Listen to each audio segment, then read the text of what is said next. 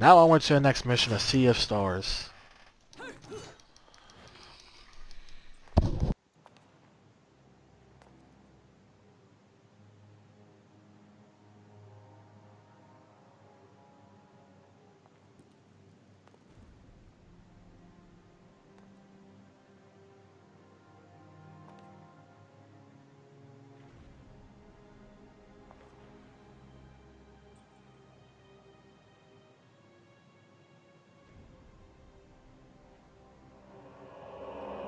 You may select opponents of your choice.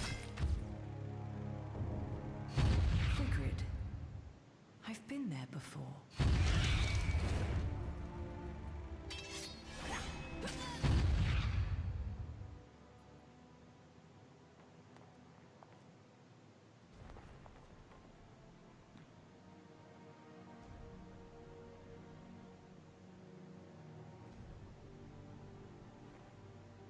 Jean? Cereza? The little one?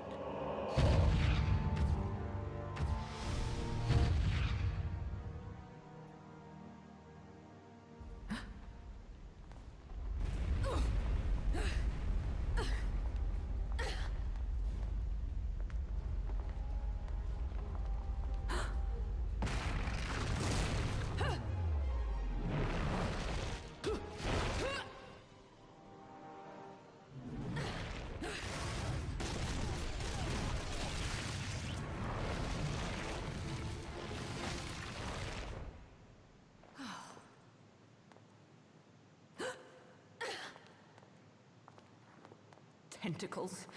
Why did it have to be tentacles?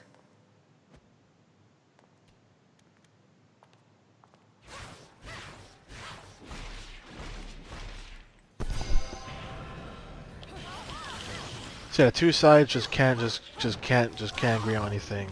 So it's become a personal freaking civil war within the Kingdom Hearts fan base. Literally mere weeks before Kingdom Hearts 3 comes out. The fact that one side must be objectively wrong, even though both sides will literally play Kingdom Hearts 3 and have fun regardless. Just the fact that one side's like, these are issues that will impact the game on hard difficulties, and one side's like, no, you guys are just dirty nitpickers. We're trying to ruin all our fun. It's like, can y'all just get along? I'll just stop. This is like the people once again, these people have no issue with how the games play whatsoever, and yet they're upset because why again? Literally because you don't want any negativity during a hype train. It's like, really? Let me see if I can get a clear wall to see if this still works, see if this still happens. Oh, we get a better wall. See if this one works.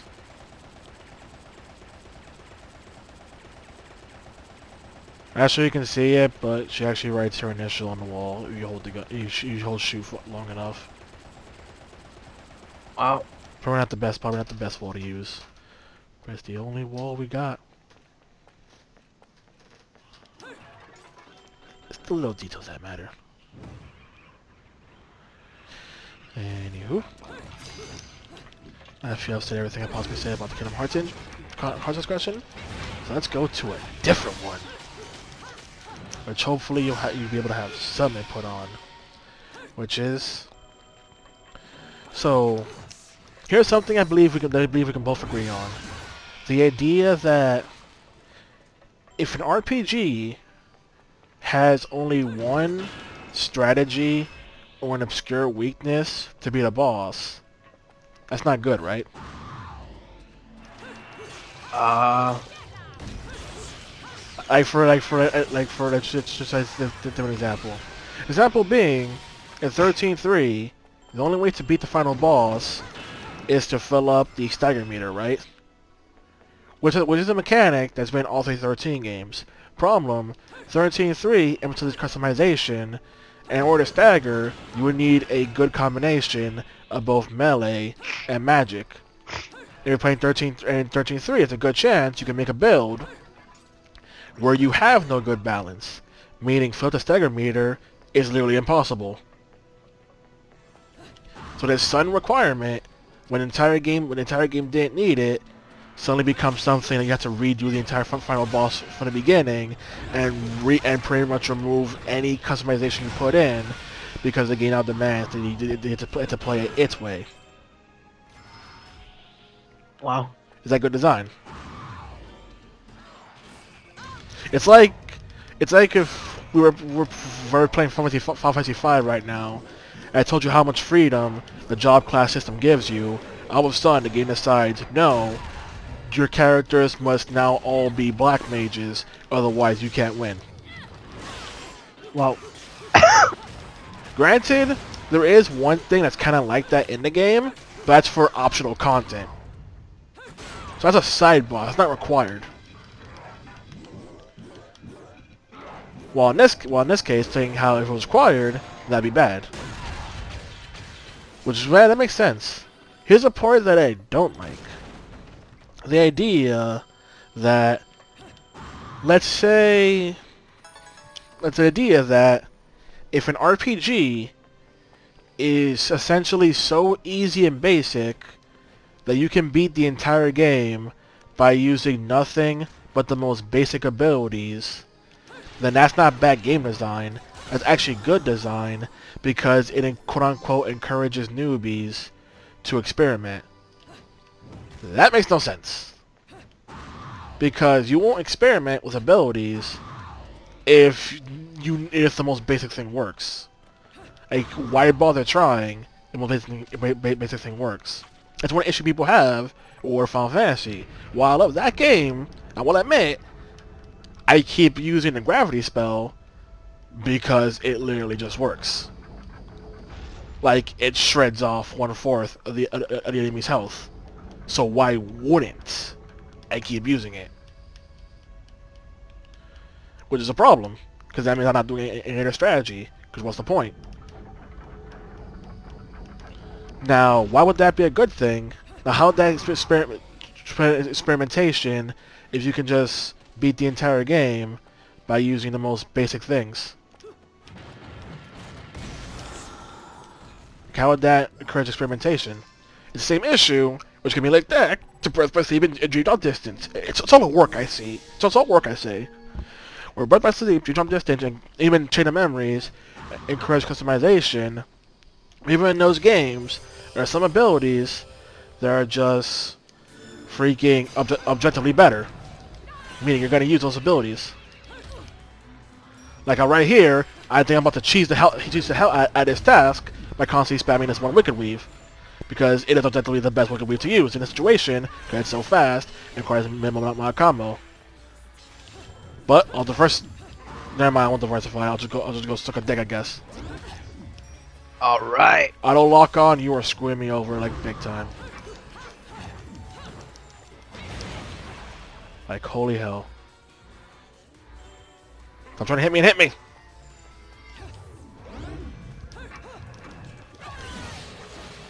See, that's just the best ability. Which, by the way, it's funny how these people who keep trying to say you're just nitpicking will agree that Chain of Memories has that issue. But when it comes to Birth by Sleep, suddenly you're not allowed to see a peep.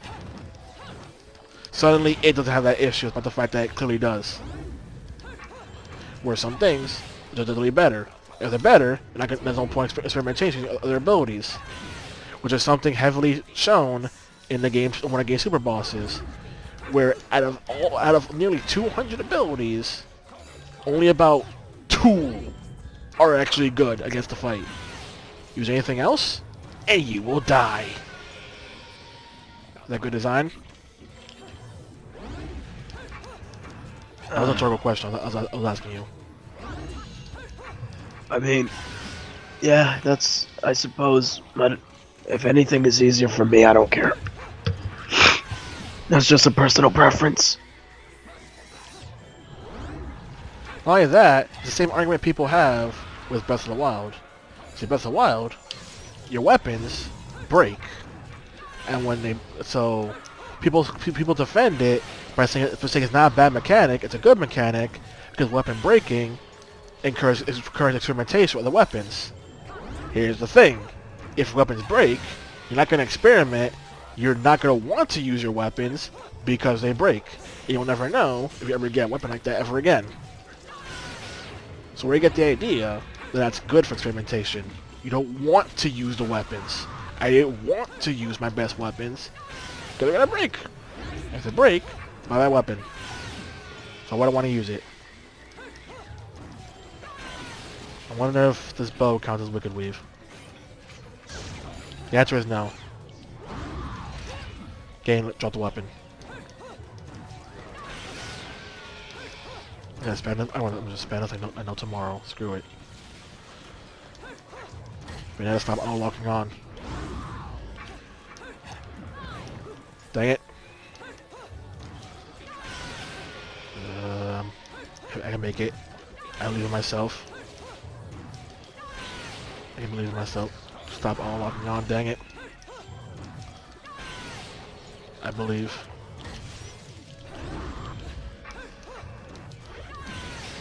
I believe.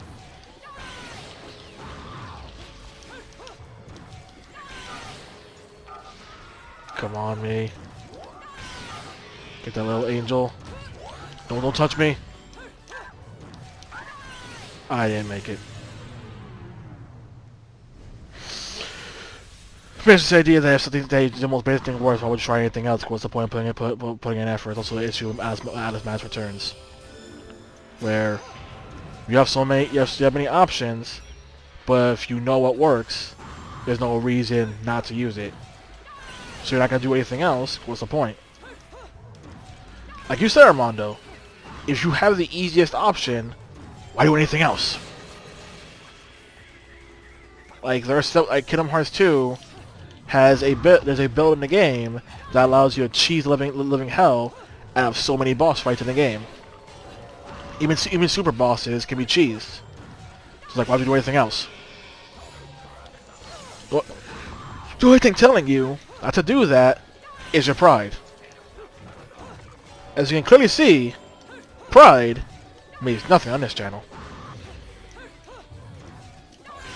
As what you're seeing on screen clearly demonstrates. Kamiya is spitting into his porno video. Yeah, you heard that right. But why? Because whenever he draws a comic of himself, him in the comic is always watching porn. And people are like, "Why are you watching porn at work?" It's like, "What, you don't?" That's just cringe.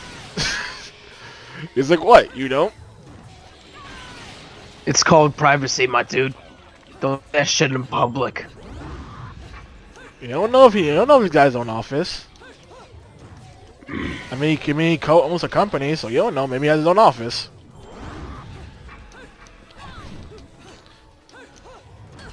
Dang it.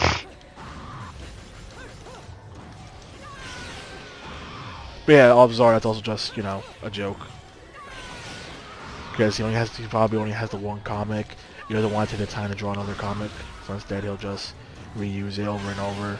You know, the comic has him looking at Twitter on a phone at this point, and this porn on his monitor. Or who knows? Maybe he's at home. Maybe he's at home the whole time.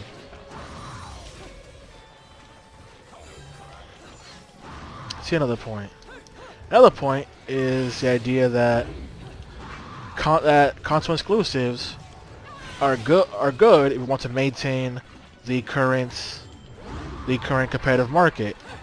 To which I say, holy hell, we have a current competitive market. Everyone told me the competitive market died years ago. News to me, I guess. See another one. Another one states how if Nintendo were to ever go third party, it will not be the end of the world, seeing as their consoles have been ranging in popularity since the 2000s. And God damn it! can I win with a long combo? Yes, I can, but it's weaker, so why would I bother with it? Even when I try to diversify, the combo's just not good enough. Even when I tried not to be cheap, there's no point. It wasn't good enough. Now give me that. Yes, a broken wood chart. Yes, a broken wood chart piece. I don't care if it's a silver. See another point. See another point. Another point being the fact that just having a big fancy game does not by default make your game good, and that big gaming conventions should also highlight B tier games that don't have a big budget but still manage to produce a good game, and that's also works for the inverse, where indie devs have to stop using 8-bit graphics just for the sake of using 8-bit graphics, because then you look lazy. Something else I can remember. I want that chainsaw! It's like one of the biggest damage-dealing weapons in the entire game. It's ridiculous! It's ridiculous and I want it.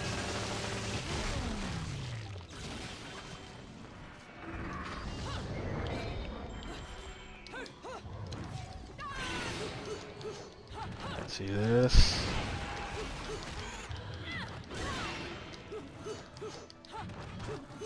Trying to remember something else. Why am I messing up combos? I'll take that chainsaw. This will come in handy as it destroys my opponents. Actually got a platinum for that. I'm surprised. Oh hey, look, it's you. A being who this chainsaw will be useful against.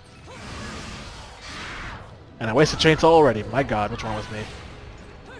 And the Wicked Weave really did more than the chainsaw, so I'm just looking like an idiot.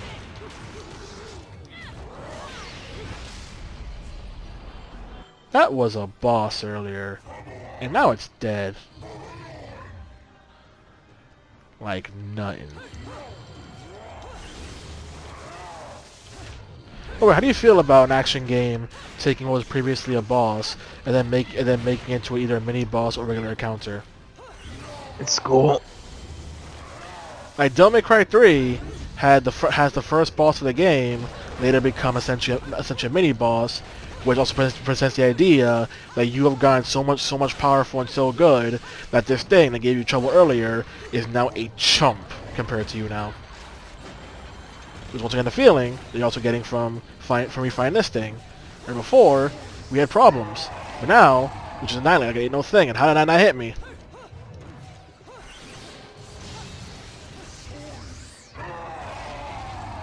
Come over here so I can hit you.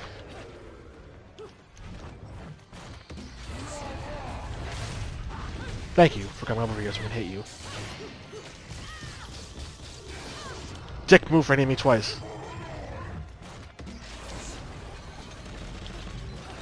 Let's see. Nope. That's gonna try and hit me. That failed.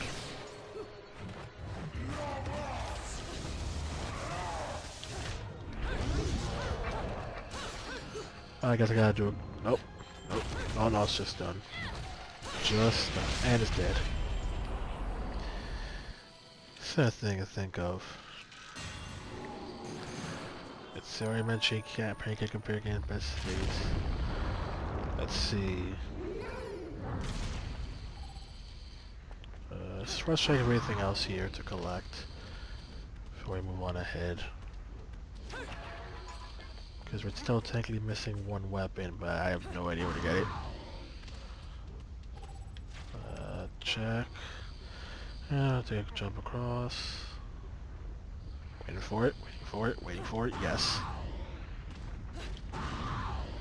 Is there anything else on this island before I... Nope. There ain't nothing. Nothing but wheels. I remember Hot Wheels. I remember Planet Hot Wheels, and that website died. You can never relive my childhood. I remember Hot Wheels too. No, Planet Hot Wheels specifically. Oh, I don't know what that is. Exactly. You can never have my childhood. There was a Hot Wheels website where you could play a whole lot of mini games and make your own custom Hot Wheels, and then race it against AI. I had little mini games that some of them really made no sense considering it's Hot Wheels. Like some of the mini games were like one requires you to drive a car that has no brakes, so you're just constantly trying to drive it down a hill for a sake of high score, nothing else really. Because like I said, you don't really stop. Another one required you to do bike stunts, which is like, okay, but why though? And the last one had you play as a scuba diver who was collecting fish, and you had to try and not get murdered. Oh no, that's not what it was. It was that you were playing as a shark, and to trying to eat fish while not getting killed by another shark. When you died, that was blood. You bled everywhere. Family website. Family website where you play as a shark and die horribly. Where am I?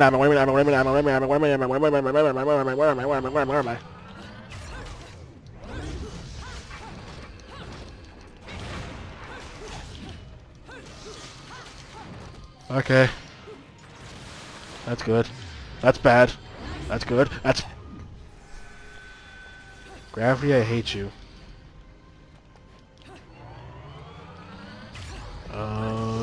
You don't hit me. I hit you.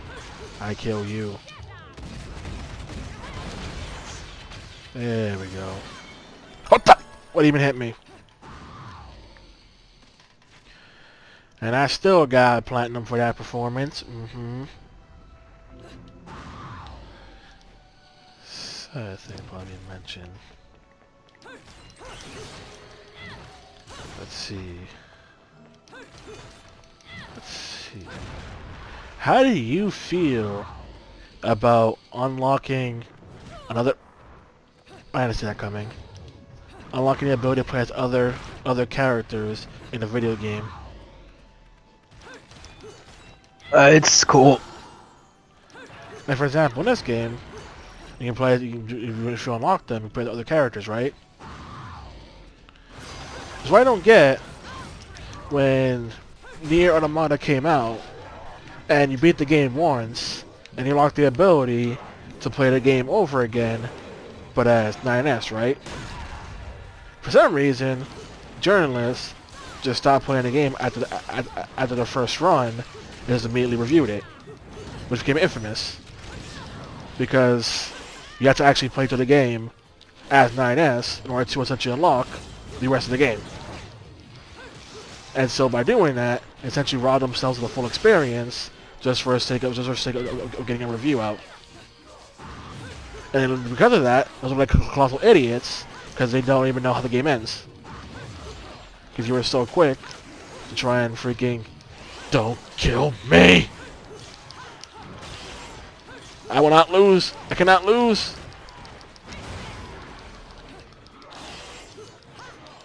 How do you feel about enemies that don't give you witch time?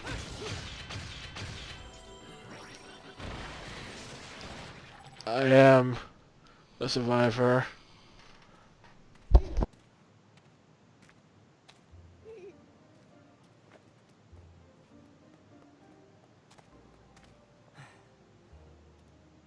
What happened to Mummy? Well, you see, she just went to look for something, that's all. I can't believe that witch, placing a poor helpless child under her spell. If she did anything to this little girl's parents, I swear.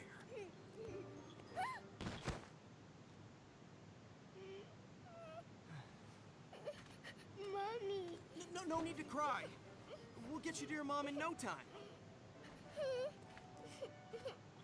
You know, of all places to go, Luca, why a forest? Got some candy if you want.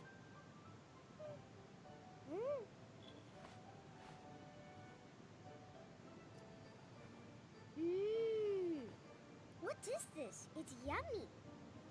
I don't know. It's candy. Strawberry, I think? Hey, Kitty, I've got some yummies. Would you like some? Is that cat your friend? Yes, he is. His name is Cheshire. He's cute, isn't he? Cheshire. What a stupid name. Well, so much for taking the highway. It just means we're gonna have to find something else.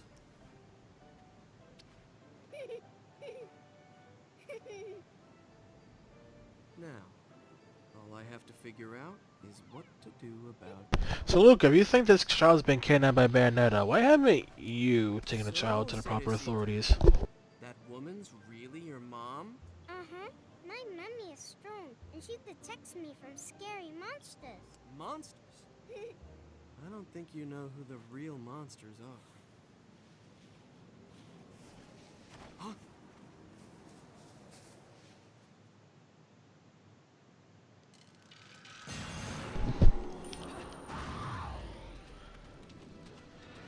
And now we're back. Oh. I can do this. I can believe. I can believe. I can believe. I can believe. See, I believed. You didn't. There we go. And I don't think there's anything worth getting there.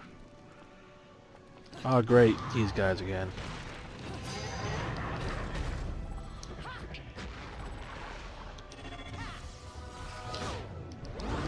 Go. I want it to be electrical ones. Those little the inferior ones. They have to go to the fire ones, which just continue with damage. That's real good stuff. Hello, camera, because we didn't need you. There we go. Try to set this up.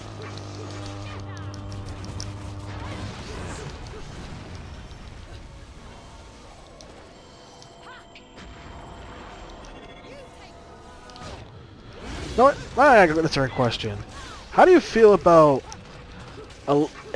something having a legacy? What do you mean? Like in this case, so I'd say for this case, let's think of something like in terms of film. Let's say you got an old film that at the time became very well renowned. Do you think it still holds up to that legacy, even if later down the road it may not follow the same like quality that people would later come to go by? You mean like being dated?